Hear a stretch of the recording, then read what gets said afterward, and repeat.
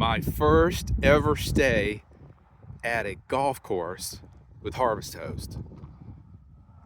Look at my view out my side door. What a nice golf course. So the clubhouse and pro shop's right up here. And this whole parking pad here is for Harvest Host guests. They've got practice putting green, which I might actually do. They have a practice driving range over there too. I don't know if I should be swinging a club, you know. Last time I hurt my back, it was swinging a club. So no more golf for me. But they said I can walk the entire course just like I'm playing golf. Just walk around on the pathways. I can rent a golf cart if I want to and ride around, but I'd rather walk. This is great. It's so beautiful. It's so green. Oh, they're putting in a trench down here for irrigation. But see, they've got a creek that runs right through. Let me show you this.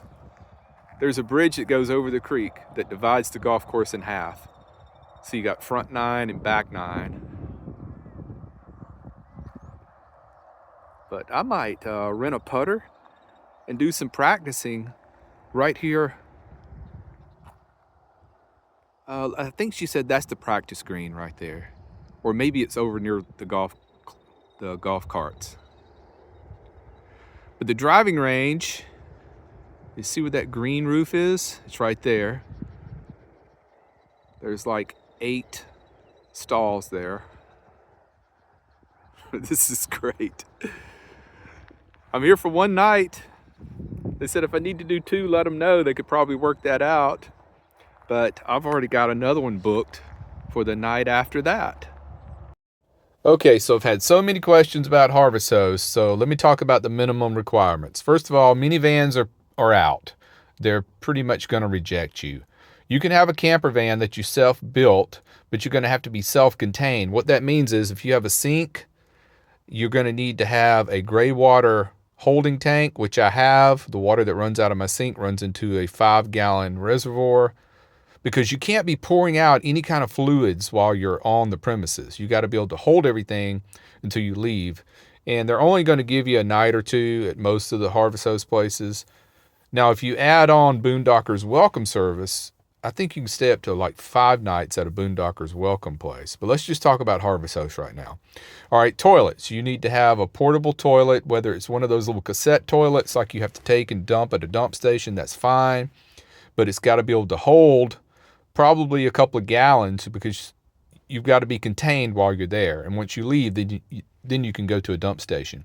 If you're having a bag and a bucket style toilet, that might be fine too, but you're still going to have to contain it. Here's for instance, after you do your business and your bag and bucket, you tie it up, then you have to put that bag into like a cooler that's filled with like cedar shavings. You can't have any odors coming from it. It's got to be self-contained and sealed.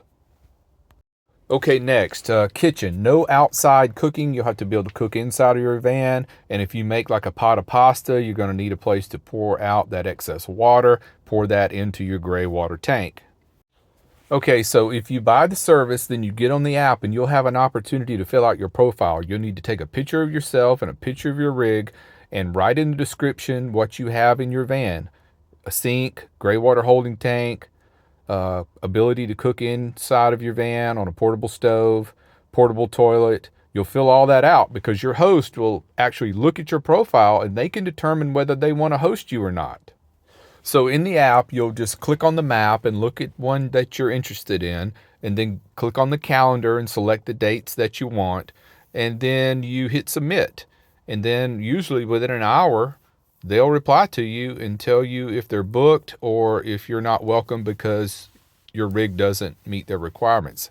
I've never had either happen so far. Now with this place I'm at now, they don't even use the app. When you don't hit submit, it's just a note there at the bottom. It says, just call us. So I just called them up and they said, yeah, come on.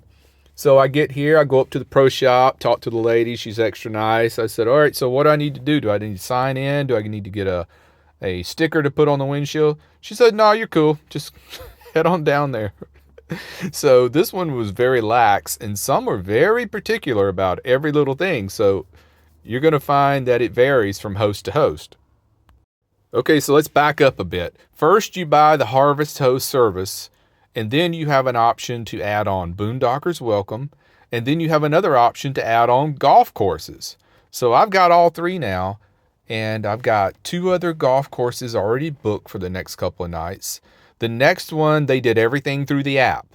The other one was like this place, where you just pick up the phone and call them and tell them, hey, I'm a Harvest Host member.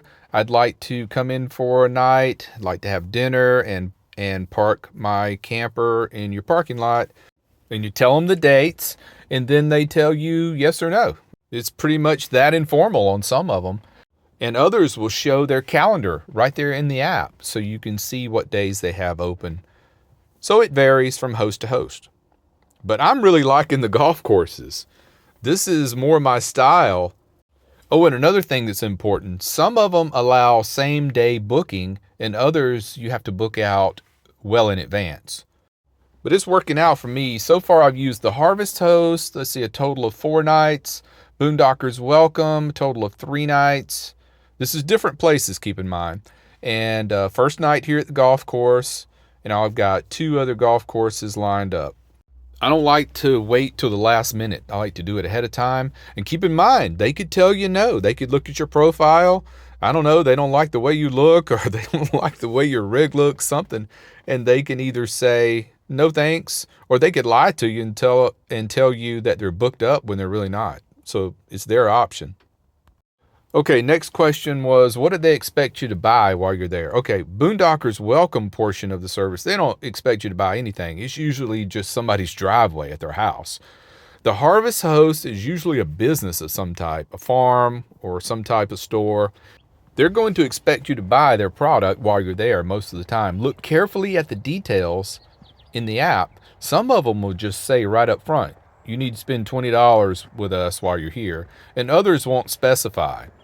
This golf course I'm at right now, they don't expect me to buy anything, but the next one I'm going to, they do expect me to buy dinner there, and that's fine because I want to eat there. They have a nice clubhouse, and I want to eat there. But look at it this way. Let's say they expect you to spend $20 on their merchandise or a dinner or whatever. That's still a good deal, because think, around here, a campsite is going to be probably around $35 a night. And you don't get any food. You just get a place to park for the night. So here you get a place to park for the night and a nice dinner. So for me, it's a better deal than the campground. So tomorrow night, when I go to the other golf course, I will have dinner there. I'll go in the clubhouse, and I'm assuming I'll spend less than $20. Then I'll come out to a nice, safe, comfortable place to park for the night where I can rest well. And I'll come out of there spending less than I would have at a campground. And I get fed. So, yeah, it's working for me. All right. Thanks for watching. Take care, be well, and smash the bell.